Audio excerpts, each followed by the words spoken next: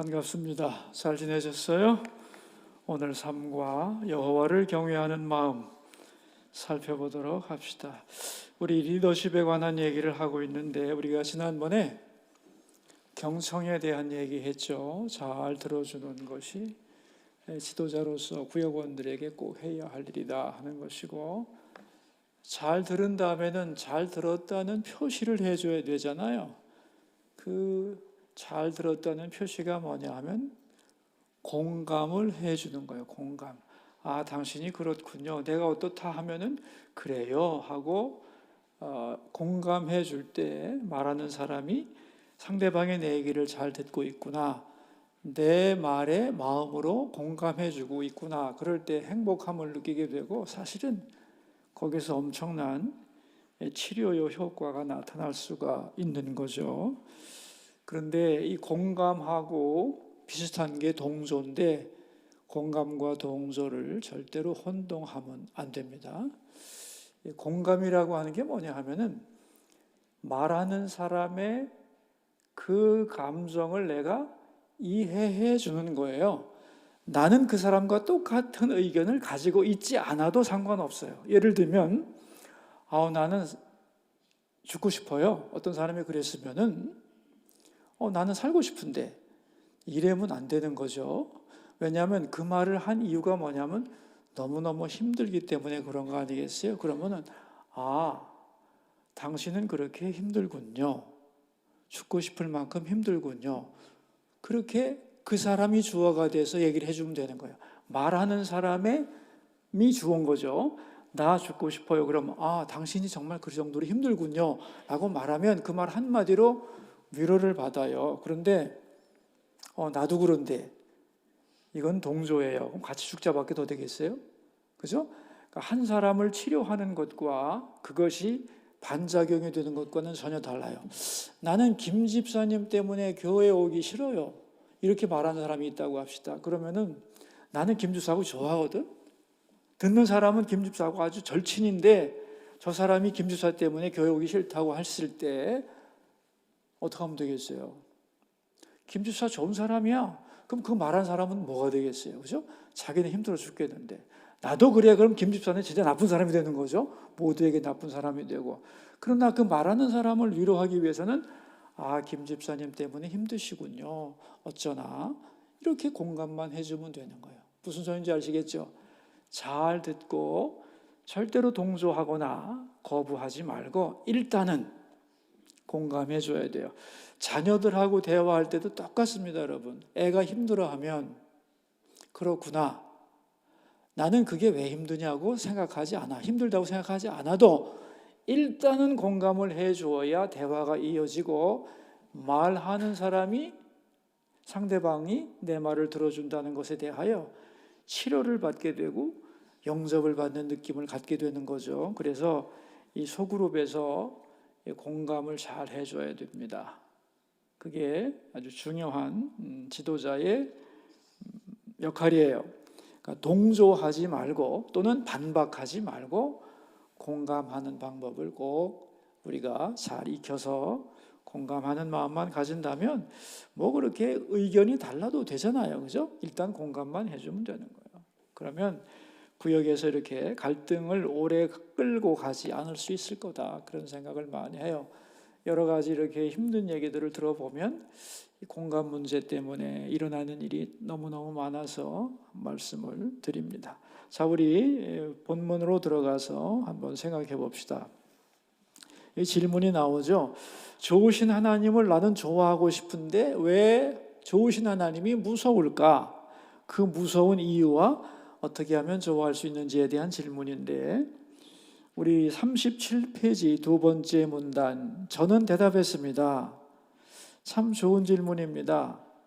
대부분의 성도님들도 그런 마음일 겁니다. 하나님이 무서운 이유, 여러분 있습니다.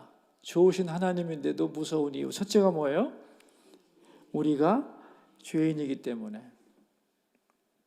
죄를 심판하시는 하나님이 죄인인 우리가 볼 때 무서워할 수 있는 거죠.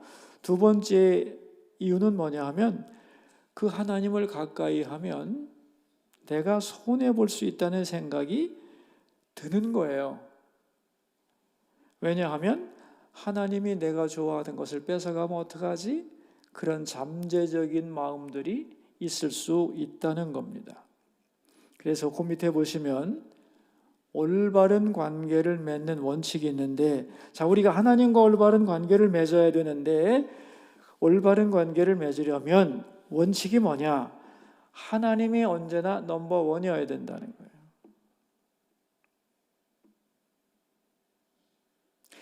여러분, 하나님과 나와의 관계를 맺는 대원칙이 뭐냐면 나에게 있어서 하나님이 넘버원이 되어야 되는 거예요. 모든 것보다 하나님이 우선이고 중요한 분이 되어야, 왜 그러냐? 하나님이 그런 분이기 때문에. 하나님이 다른 것보다 못한 게 없잖아요. 우리가 관계하는 모든 것보다 하나님은 더 크고 위대하시고 전능하신 분이기 때문에 하나님의 넘버원이 되어야 되죠. 그게 하나님을 하나님으로 대하는 방법이죠. 그죠? 다시 말하면 하나님이 나에게 있어서 넘버원이 아니라는 것은 뭐냐 하면은 나의 넘버원을 위하여 하나님이 도구가 된다는 뜻이죠. 그죠? 네. 나의 넘버원은 자식이야. 그럴 때 내가 하나님과의 관계를 올바로 맺을 수 있느냐? 맺을 수 없는 거예요. 하나님, 우리 인간 상호간에 뭐 돈도 그렇고 자식도 그렇고 뭐 회사라든가 여러 가지 다양한 관계가 있을 때 그것이 넘버 1, 2, 3가 되는 건 중요한 게 아니죠. 그거는 본인이 알아서 하면 되지만 하나님과 우리와의 관계는 하나님이 넘버 1이 되어야만 된다는 거죠. 그죠? 그렇지 않으면 하나님이 우리 넘버 1의 도구가 될 수밖에 없기 때문에 그것이 하나님과 나와의 올바른 관계라는 거죠. 그 다음 페이지 38페이지를 보시면 첫 번째 문단에 나와요. 그죠? 돈이 얼마나 중요하냐. 돈을 사랑하는 거 당연하다는 거예요. 그런데 하나님과 올바른 관계를 맺으려면 돈보다 하나님을 더 사랑해야만 하는 거죠. 그런데 내가 돈을 제일 사랑하는데 하나님을 더 사랑하기 위해서는 돈을 사랑하는 마음을 내려놓아야 되는데 이게 너무너무 아프고 힘든 것이고 중요한 것은 이게 손해라고 생각을 한다는 거예요. 그런데 그게 손해냐? 아니죠. 잘못 형성된 관계를 고치고 복원하는 것인데 우리는 그걸 손해라고 생각을 한다는 말이죠. 그러면 예를 들면 돈을 제일 좋아하던 사람이 하나님을 제일 좋아하게 되면 어떻게 되느냐? 돈의 관계는 하나님 관계 안에 복종하게 되고 그럴 때 그 사람은 돈과 나와의 관계가 제자리로 세팅된다는 거예요. 그래서 영적으로 아주 중요한 원리는 뭐냐면 하나님을 내가 제일로 사랑하게 되면 나머지 관계는 전부 다 해결이 저절로 자동 조절이 된다는 거예요. 그게 이제 아브라함과 이삭의 관계다 그런 얘기입니다. 그래서 우리 38페이지 맨 밑에 문단을 보시면 하나님께서 이제 이삭을 선물로 주셨는데 아브라함이 하나님보다 이삭을 더 사랑하게 되자 하나님이 이삭을 바치라고 했을 때 아브라함은 충격을 받고 이삭이 어떤 존재인가를 다시 생각하게 되죠. 그죠? 가장 사랑하는 거지만 그건 나에게 없었고 불가능한 존재를 하나님이 선물로 주셨기 때문에 이삭보다 하나님이 더 소중한 분이라는 걸 고백하게 되고 그 명령에 순종해서 이삭을 바치려고 칼로 찌르려고 하는 순간에 하나님은 딱 막잖아요. 그죠? 네가 나를 사랑하는 줄 알았다 하고 어린 양을 제물로 주어 제사를 드리게 합니다. 그래서 이삭은 모리아산에 올라갈 때 이삭과 내려올 때 이삭은 달라졌다는 거예요. 그래서 여기 우리 38페이지 밑에서 밑에서 넷째 줄입니다. 아들을 바치려고 칼을 든 순간 아브라함의 마음에서 이삭을 사랑하는 마음이 죽었습니다. 자, 이제부터 중요한 거예요. 그 순간 아브라함과 하나님의 관계가 제자리로 돌아왔습니다. 이게 돌아오자 어떤 현상이 벌어져요? 동시에 이삭과 하나님의 관계도 올바로 되었습니다. 이제야 비로소 아브라함은 하나님 안에서 아들을 제대로 사랑하게 되었습니다. 이삭도 하나님 안에서 아버지를 제대로 사랑하고 존경하게 되었습니다. 두 사람은 진정한 아버지와 아들이 됩니다. 여러 가지 관계가, 나와 하나님 관계, 나와 너의 관계 서로 굉장히 복잡하지만 하나님을 제일 사랑하는 관계를, 하나님과 나와의 관계를 올바로 설정할 때 나머지 관계는 다 제자리로, 원칙으로 돌아가게 되는 것이다. 그런 얘기죠. 그래서 39페이지 우리 셋째 줄 두 번째 문단입니다. 여러분, 하나님과 어떤 관계를 맺고 싶으세요? 올바른 관계를 맺고 싶습니까? 아니면 잘못된 관계를 맺고 싶습니까? 올바른 관계란 어떤 경우에도 넘버원이 되는 겁니다. 하나님이 넘버원이 되는 겁니다. 그런데 그 밑에 줄, 대부분의 사람들은 하나님의 관계를 올바르게 세우고 싶다 하면서도 하나님보다 더 사랑하는 것이 있습니다. 그리고 내가 하나님보다 더 사랑하는 것을 내려놓는 것을 손해라고 생각합니다. 그래서 내가 하나님께 가까이 가면 내가 손해본다고 착각을 한다는 거죠. 근데 그 밑에 줄, 이제 밑에 문단 보시면 셋째 줄에 하나님과의 올바른 관계를 위해 이것을 내려놓는 것이, 즉 내가 가장 사랑하는 것을 내려놓는 것이 손해냐? 아니죠. 잘못된 것을 바로잡는 것이지요. 마땅히 그래야만 하는 것이다. 그런 얘기죠. 여러분, 병 걸렸는데 치료하느라고 아픈 게 있어서는 안 되나요? 고칠 건 고쳐야 되는 것이죠. 잘못된 것을 바로잡는 것이지 손해가 아니다. 그래서 하나님은 무섭기도 하고 나에게 손해를 주는 분이라고 생각하지만 아니라는 거죠. 하나님은 좋은 분이다. 그래서 하나님과 나와의 관계를 바로잡고 그 안에서 하나님은 모든 것을 누리게 하는 좋은 하나님이다. 그런데 사탄은 이걸 손해라고 느끼게 만들고 하나님께 가까이 가는 것을 겁나게 하는, 우리를 속이는 존재라고 말씀하고 있는 거죠. 자, 오늘 이 3과의 주제가 바로 그것입니다. 39페이지 맨 밑에 우리 성경 구절을 한번 읽어봅시다. 시온의 죄인들이 두려워하며 경건하지 아니한 자들이 떨며 이르기를 우리 중에 누가 삼키는 불과 함께 거하겠으며 우리 중에 누가 영영이 타는 것과 함께 거하리요 하도다.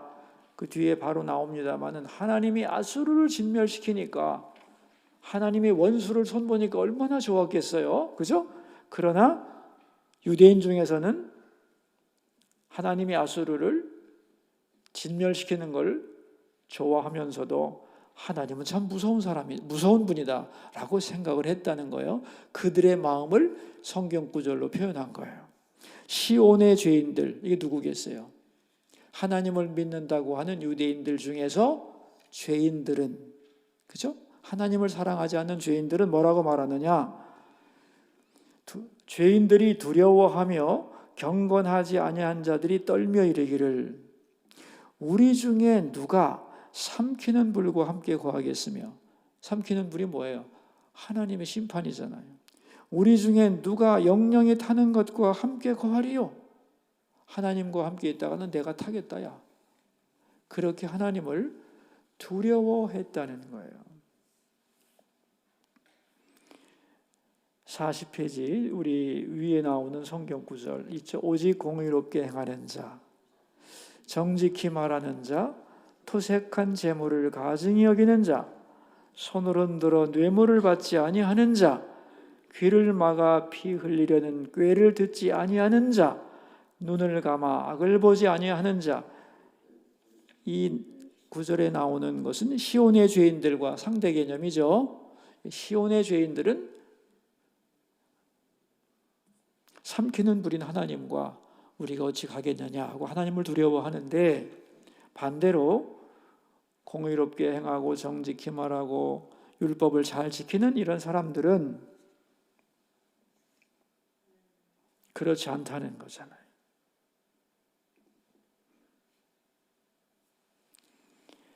우리 41페이지 위에 나오는 성경 구절로 가면 바로 되네요. 그죠? 그 사람들은 다시 말하면 공의롭게 행하는 자, 정직히 말하는 자, 토색한 재물을 가증히 여기는 자, 이런 사람들은 다음 페이지 보면 그는 높은 곳에 거하리니 견고한 바위가 그의 요새가 되며 그의 양식은 공급되고 그의 물은 끊어지지 아니하리라. 자기가 죄인이라는 생각에서 죄인에서 벗어나는 것이 하나님과 관계를 맺어가는 방법이지, 자기의 죄인됨을 변화시키지 않고 하나님은 불이다 생각하면서 무서워해서는 안 되는 거라는 거죠. 그죠? 하나님과의 관계를 올바로 할 때에 하나님의 은총이 주어지는 것이지, 하나님과의 관계를 잘못하면서 내게 오는 불을 두려워해서는 안 되는 것이다. 그런 얘기입니다. 우리가 십계명을 우리가 배웠습니다마는 십계명 중에 가장 중요한 계명은 1계명이죠. 그죠?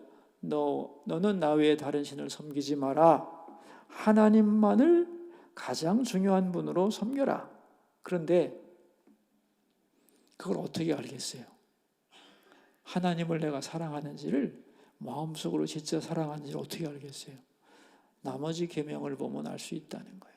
그래서 선지자들이 왜 백성들을 책망할 때 너 그들의 죄를 지적했느냐 하면은, 그들의 죄를 지적하는 이유는 뭐냐면 그들 마음속에 하나님의 넘버원이 아니기 때문에 이런 일들이 나타나기 때문에 하나님을 사랑하지 않았는지를 알기 위해서 다른 계명을 지키지 않는 것을 근거로 질책을 했다. 지금 그런 얘기를 하고 있는 것입니다.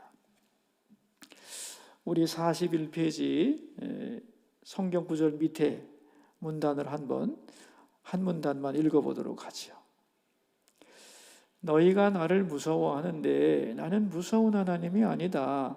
나를 사랑하면 손해를 볼 수 있다고? 아니다. 나는 나를 사랑하는 자에게 모든 것을 주는 하나님이다. 이렇게 말씀하신 것입니다. 그런데 왜 우리는 하나님을 두려워하는 것입니까? 하나님의 선물을 내 것이라고 착각하기 때문입니다. 그리고 그것을 하나님보다 더 사랑하기 때문입니다. 버려야 할 것이 뭐예요? 그러니까 하나님보다 더 사랑하는 것을 버려야 하는 거죠. 그 마음을 버려야 하는 것이죠. 그 밑에 줄입니다. 그렇다면 어떻게 해야 하나님을 모든 것보다 더 사랑할 수 있을까요? 하나님보다 더 사랑하는 것들을 십자가 앞에서 죽이면 됩니다. 이거예요. 이게 어렵죠, 그죠? 그래서 우리의 기도가 항상 하나님보다 더 사랑하는 것이 없게 해달라고 하는 기도가 그렇게 중요한 것이고, 처음에야 어디 되겠어요? 그런데 이런 의식을 갖는다는 것 자체가 중요합니다. 하나님과 올바른 관계를 맺어가는 방법이 뭐겠어요? 가장 소중한 하나님을 하나님답게 나의 넘버원으로 인정하는 관계로 가야 되는 것이고, 그래서 하나님보다 더 사랑하는 것을 하나님 앞에 내려놓으려고 애를 쓰는 것이고, 내 힘으로 안 되니까 기도하는 것이고, 기도할 때 십자가의 힘으로 그것을 죽여주시기를 원할 때에 십자가의 능력은 세월과 함께 우리를 바꿔갑니다. 하나님, 내가 이걸 너무너무 좋아하는데 하나님보다 더 사랑하지 않도록, 하나님보다 더 사랑하는 이것을 하나님보다 더 사랑하지 않도록 이 마음을 내게서 십자가에 못 박게 하소서라고 하는 이 기도는 너무너무 위대한 기도다, 그런 얘기입니다. 그리고 이것을 자꾸 해나가면서 여러분 마음속에 하나님 한 분만이 가장 소중한 분으로 자리 잡게 될 것이고요, 그렇게 변해가는 여러분 스스로를 느끼게 될 거라고 생각합니다. 그런데 이런 걸 배우지 않으면 절대로 내 마음에서 하나님의 넘버원이 안 됩니다. 세상의 힘은 너무 강하고 우리가 눈으로 보고 육체로 접촉하는 것들의 힘이 너무너무 막강하기 때문에 이러한 영적인 그림 내지는 원리를 마음속에 기억하고 실천하려고 애쓰지 않는 한 절대로 우리 마음에서 하나님의 넘버원이 될 수는 없는 것이죠. 자, 우리 41페이지 마지막 문단입니다. 기도가 해결책이다 하는 것이죠.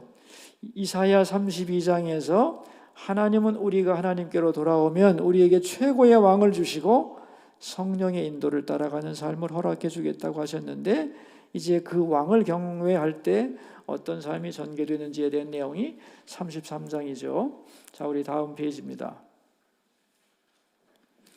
지금 예루살렘은 아수르의 사내립이 두 번째 쳐들어왔고, 처음에 쳐들어왔을 때는 히스기야가 너무나 두려워서 항복하고 달라는 요구를 다 들어줬는데, 그걸 다 받아먹고도 또 쳐들어온 거 아니에요, 그죠?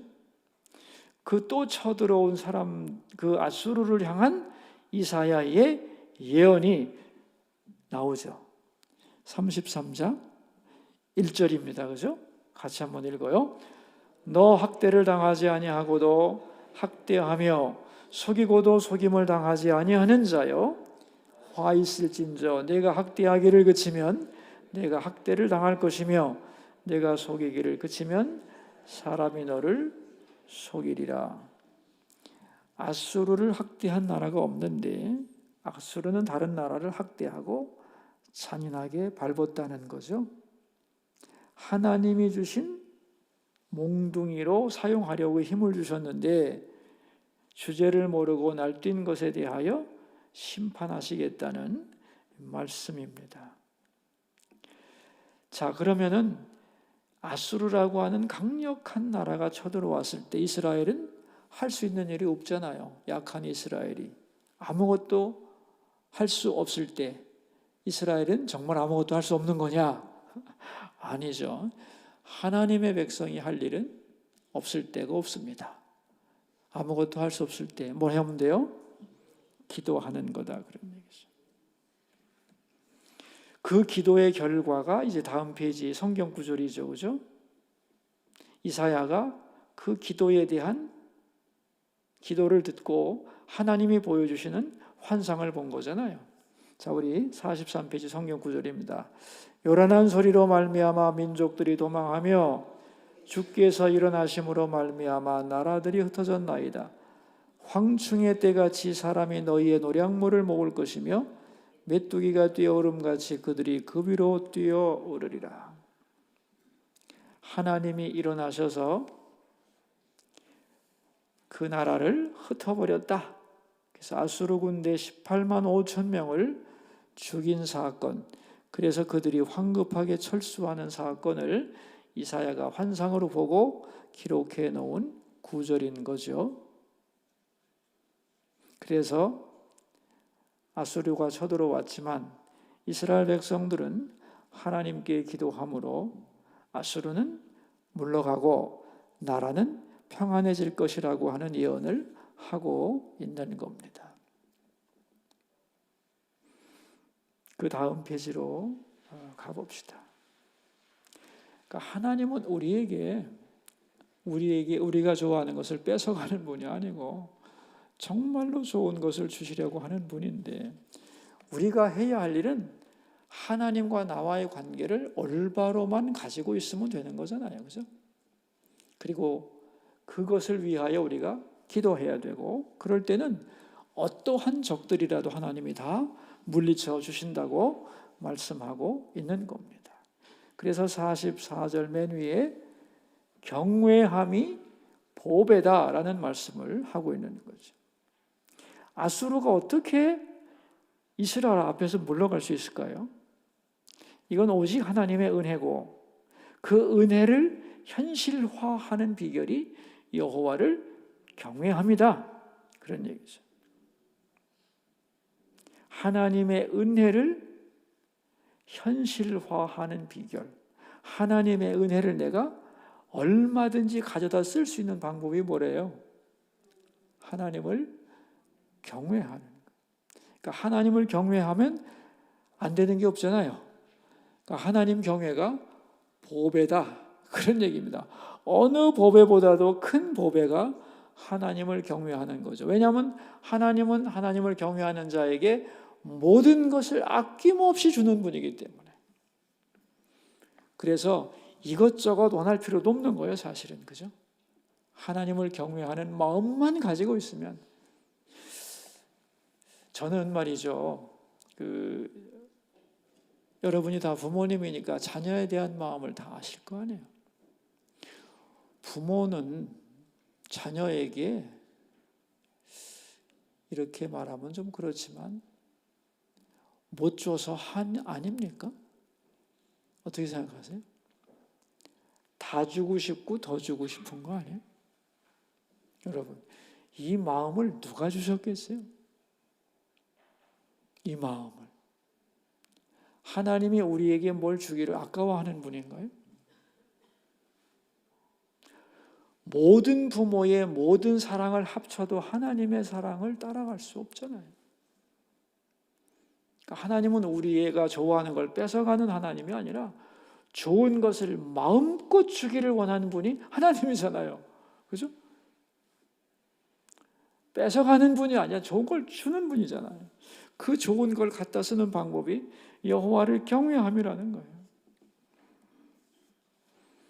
여기 경외에 대한 개념 설명을 했습니다. 두려움의 두 종류가 있는데 하나는 경외이고 하나는 공포다. 그러면은 하나님을 경외함이 내 법이니라, 이 말이 뭐냐? 경외함의 정의가 없으면 두려운 것을 경외라고 그러잖아요. 그러니까 하나님이 없으면 안 된다고 생각하는 마음, 하나님이 꼭 필요하다는 마음, 하나님만 있으면 충분하다는 마음, 이 마음만 가지고 있으면 그게 경외하는 마음이잖아요. 그것만 있으면 두려움이 없다는 거죠. 우리 44페이지 밑에서 넷째 줄, 하나, 둘, 셋, 다섯째 줄이네요. 하나님과 함께 하고 싶다. 하나님이 없으면 안 된다. 하나님이 없는 것을 두려워하는 마음, 하나님만 계시면 충분하다는 마음, 이렇게 하나님을 꼭 붙잡는 마음이 경외입니다. 경외함이 있을 때 우리는 하나님과 함께 할 수 있습니다.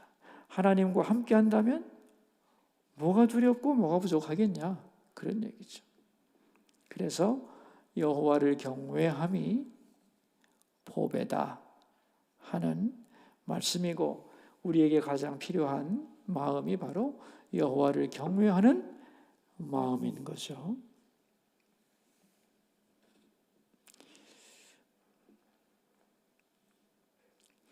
그 다음에는 이제 여호와를 경외할 때 하나님이 주시마 약속하신 것들이 45페이지 중간부터 쭉 한 페이지에 걸쳐서 나오는 것 아니에요? 몇 가지만 찾아보면, 첫째가 뭐예요? 너희가 겨를 잉태하고 짚을 해산할 것이며, 거기에 대한 해석이 밑에 나옵니다. 그죠? 아무리 적들이 나를 공격해도 효과가 없을 것이다. 46페이지 맨 위에 줄, 적들이 아무리 쳐들어와도 나에게는 아무 위험도 되지 않고 그들의 수고가 헛수고가 될 거다. 여호와를 경외하는 자를 하나님이 그렇게 돌보신다는 거죠. 두 번째는 적들이 사라지고 눈에 보이지 않게 될 거다. 세 번째, 적들은 마치 파선한 배처럼 철저하게 패배할 것입니다. 반면에 하나님을 경외하는 주의 백성에게는 안정과 평강을 보장해 주실 것입니다. 그리고 성경 구절 뒤에 나오는 것, 맨 밑에 줄, 여호와를 경외하는 자에게는 기쁨이 충만하고 우리의 몸과 마음을 하나님이 치유하신다. 성경 구절을 들어서 하나하나 다 설명하고 있습니다. 그러니까 여호와를 경외하는 자에게 하나님은 모든 복을 아낌없이 부어 주는 분이라. 그러니까 하나님을 가까이 하고 경외하면 다 되는 건데, 우리는 하나님보다 더 사랑하는 것을 잃어버릴까 봐 하나님께로 가까이 가지 않으면서 하나님과 올바른 관계를 맺으려고 하니까 안 되는 거다. 하나님과 나와의 올바른 관계의 원칙은 하나님이 넘버원이어야 한다. 그런 얘기입니다. 자, 여기 47페이지에 결론이 나오죠. 어디 나오냐면은 우리 성경 구절 밑에 우리는 세상을 살아가면서 줄을 잘 서야 한다는 말을 자주 듣습니다. 하지만 세상의 줄은 별것 아닙니다. 세상의 줄이 아닌 하나님을 붙잡아야 합니다. 마음을 둘 곳이 없고 어디로 가야 하는지 목적도 없는 인생들이 세상에 얼마나 많습니까? 자, 같이 읽어요. 그러나 하나님을 경외하면 하나님이 우리의 닻이 되어주시고 돛이 되어주십니다. 하나님이 내 인생의 닻이 되시면 흔들리는 세상 속에 살아도 흔들리지 않는 인생이 될 수 있습니다. 더 나아가서 하나님이 돛이 되시면 어디로 가야 할지 모르는 인생 속에서 목적이 분명한 삶을 살아갈 수 있습니다. 내 인생의 닷, 내 인생의 돛.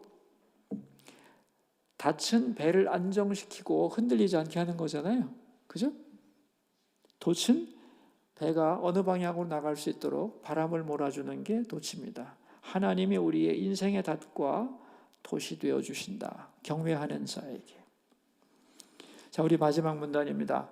하나님이 원하시는 것은 오직 여호와를 경외하는 것입니다. 그러므로 여호와를 경외하는 것이 우리의 보배입니다. 남은 우리의 삶은 여호와를 경외하는 삶이 되기를 바랍니다. 자, 우리 뒤로 넘어가서 기도문을 읽고 문제를 풀어봅시다. 임마누엘의 하나님, 유다 사람들은 여호와 경외를 잃었을 때 적들 앞에서 공포에 떨었습니다. 그러나 여호와를 경외했을 때 적들을 두려워하지 않고 물리쳤습니다. 세상에 소중한 것이 많지만 여호와를 경외하는 것보다 더 큰 보배는 없음을 알게 하시고 우리와 우리 자손들이 여호와 경외를 배우고 가르치며 저도 그렇게 살게 하소서. 나에게는 이것이 없다 저것이 없다고 걱정하거나 불평하지 말게 하소서. 여호와를 경외하는 마음이 없는 것을 안타깝게 여기고 언제나 하나님을 가까이 하고 하나님 없이는 살 수 없다는 마음, 하나님으로 꽉 찬 마음, 여호와를 경외하는 마음으로 살게 하소서. 여러분 핸드폰 가지고 계시고 거기에 성경이 들어가 있다면 경외라는 말을 한번 찾아보세요. 그럼 경외에 관한 구절이 쫙 뜰 거 아닙니까? 그죠? 하나님을 경외할 때에 하나님이 어떤 약속을 주시는가를 한번 읽어보세요. 원래 성경 공부 기본이 그런 거거든요. 어떤 단어를 놓고 같은 경외에 대한 하나님의 말씀이 뭐가 있나 쭉 읽다 보면은 이해할 수 있거든요. 하나님이 경외라는 말을 얼마나 좋아하시고 경외하는 자에게 베푸신 복이 얼마나 많고 누가 어떻게 경외했는지를 다 알 수가 있어요. 문제 봅시다. 1번. 하나님과 올바른 관계의 원칙은 무엇인가요?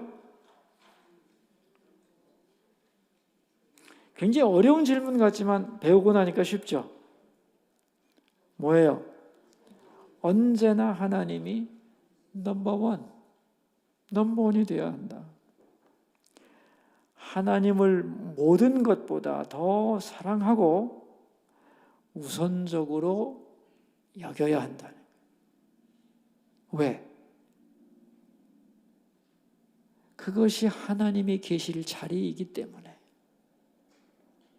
그죠? 그게 하나님 자리 아니야. 넘버원이 하나님 자리 아니야. 아니 하나님 위에 뭐가 있겠어요. 그죠? 자, 1번은 그렇게 해서 정리가 됐습니다. 2번. 하나님을 경외한다는 것의 의미는 무엇이고 하나님을 경외한다는 것의 의미가 뭐예요? 경외는 없는 것을 두려워하는 거라고 그랬잖아요. 경외는 없는 것을 두려워하는 것, 즉 하나님 없이는 절대로 안 된다. 그러므로 하나님을 간절히 찾는 마음, 그리고 하나님만 계시면 안심하고 걱정하지 않는 마음. 그죠? 그게 여호와를 경외한다는 의미예요. 없는 것을 두려워하는 것이 경외이기 때문에 하나님이 없으면 안 되고 하나님을 그래서 간절히 찾고 하나님만 계시면 됐어. 하나님만 계시면 돼. 그게 여호와 경외입니다. 그 다음 후반부. 하나님을 경외할 때 하나님께서는 어떤 일들을 하신다고 그랬어요? 몇 가지 나오죠. 4-5가지 쭉 우리가 성경 구절에서 열거했잖아요. 그죠?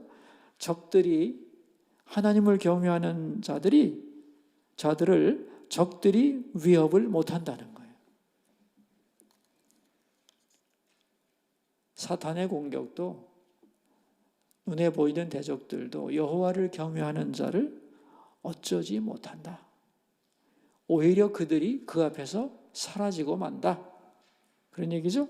두 번째는 안정과 평강과 기쁨을 주신다. 여호와를 경외하는 자에게는 하나님이 기쁨과 위로와 평강을 주시고 또한 몸과 마음과 영혼을 치유해 주시고 마지막으로 우리 인생의 닷과 돛이 되어 주신다. 좋은 건 다 나와요. 그죠? 그러니까 우리가 하나님보다 어떤 걸 더 사랑하고 그걸 붙잡고 하나님과의 관계가 깨지는 게 이익이 아니고 그게 제일 큰 손해예요. 그죠? 그것을 하나님 앞에 내려놓고 하나님을 제일 사랑하게 될 때, 넘버원이 될 때 그것과 나와의 관계도 회복이 되지만 다른 모든 삶에서 하나님이 그죠?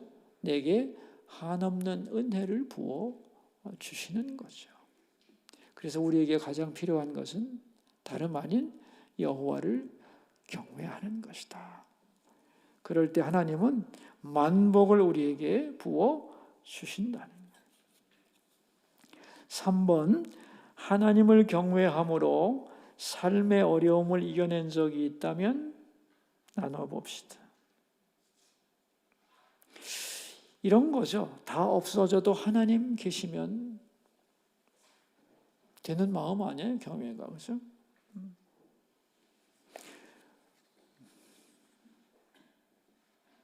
욥이라는 분이 그랬잖아요. 욥이라는 분이. 자기의 큰 재산이 날아가고 자식이 죽고 자기가 병들고 그랬을 때 욥이 한 말 있죠. 뭐예요?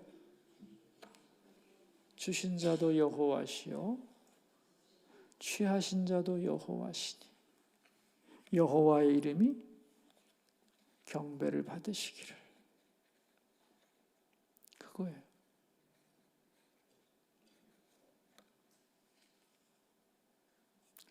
믿음 좋은 분들은 어려운 일을 만났을 때 이 구절이 마음에 생각이 날 겁니다. 화가 나지만 저도 참 어려운 일을 만났을 때 이 구절이 생각나는 것이 참 화가 났습니다.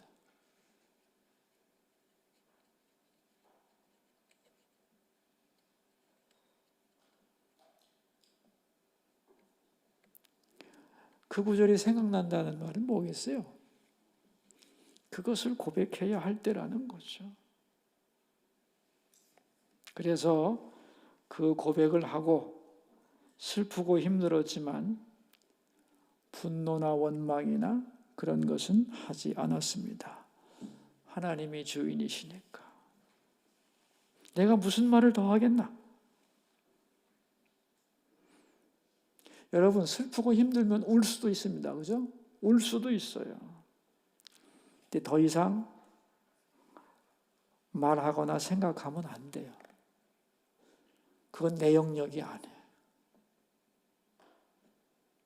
힘들면 울고 하나님 앞에 잠잠히 있으면 되는 거예요. 그 마음을 하나님이 아는 거예요. 그리고 위로를 주어서 그리고 견딜 수 있는 능력을 부여하는 거예요. 여호와를 경외하면 어떠한 형통 속에서도 교만하지 않고 어떠한 절망 속에서도 쓰러지지 않습니다. 이게 여호와를 경외하는 힘이라고 생각을 합니다. 하나님은 두려운 분이 아닙니다. 정말 두려운 것은 내가 하나님을 경외하지 않고 다른 것을 사랑하는 것이 무서운 거죠. 하나님을 경외할 때 우리 삶에 하나님이 주인이 되시고 모든 것을 책임져 주신다는 그런 고백이 우리의 삶에 항상 넘쳐 흐르기를 바라고, 우리가 자녀에게 남겨줄 것도 결국 이게 아닌가 싶어요. 하나님을 경외하는 마음을 우리 자녀가 가진다면 그보다 큰 재산이 어디 있겠어요, 그죠? 이걸 가르치려면 내가 이 마음을 가지고 살아야 될 거 아니겠어요? 우리 모두 여호와를 경외하는 것, 그 마음을 가지고 그것이 최고의 복인 줄 알고 살아갈 수 있기를 바랍니다. 우리 함께 기도할까요? 하나님 아버지, 하나님을 사랑하면서도 두려운 우리들, 그런데 하나님은 정말 두려워할 뿐이 아니고 가장 이상적이고 좋으신 아버지 아닙니까? 왜 우리가 하나님을 두려워해야 할까요? 하나님보다 더 사랑하는 것이 있는데 하나님이 그거 내려놓으라고 할까 봐, 그것이 나의 손해라고 생각해서 두려워하는 것입니다. 우리의 마음과 영적인 상태를 바로 읽을 수 있도록 도와주시고, 그것을 읽을 수 있는 영안을 열어주시고, 하나님과 나와의 관계의 원칙은 하나님을 제1로 여기는 것, 그것이 하나님과 나와의 관계가 회복되는 길이고, 그렇게 되었을 때 나머지가 망가지는 것이 아니라 모든 것이 제자리로 돌아가서 우리의 삶이 주 앞에서 형통케 된다는 것을 결코 잊지 않고 살아가게 하옵소서. 여호와를 경외함이 보배인 것을 알게 해주시고, 이 보배를 안고 살아가는 행복한 우리들이 되고, 우리 자녀들에게도 여호와 경외하기를 가르치는 부모가 될 수 있도록, 그래서 우리와 우리 자손들이 대대로 여호와를 경외하는 가정이 되고 하나님의 무한한 은혜와 축복의 통로로 살아갈 수 있도록 도와주시고, 소그룹을 만나서 우리 구역 식구들과 이 공부를 하면서 우리 모두 하나님을 경외하는 우리가 되자고, 우리 가정이 되자고, 자녀들을 이렇게 만들자고 결단하고 함께 축복하며 기도하는 우리 구역들이 될 수 있도록 은혜 내려 주옵소서. 여호와를 경외하는 자를 너무도 사랑하시는 하나님, 나는 세상 모든 것보다 하나님이 제일 좋습니다. 그런 고백을 잊어버리지 않고 살아가는 우리 수서의 모든 성도들이 될 수 있게 하시고, 그 고백을 통하여 하나님을 한없이 기쁘게 해드릴 수 있도록 도와주소서. 그런 고백을 하는 사람을 어떻게 세상이 흔들겠습니까? 세상이 이길 수 없는 바로 그 하나님 경외하는 마음으로 살아가는 우리 모두가 되게 하여 주옵소서. 존귀하신 예수님의 이름으로 기도하옵나이다. 아멘. 여기서 마칩니다. 감사합니다.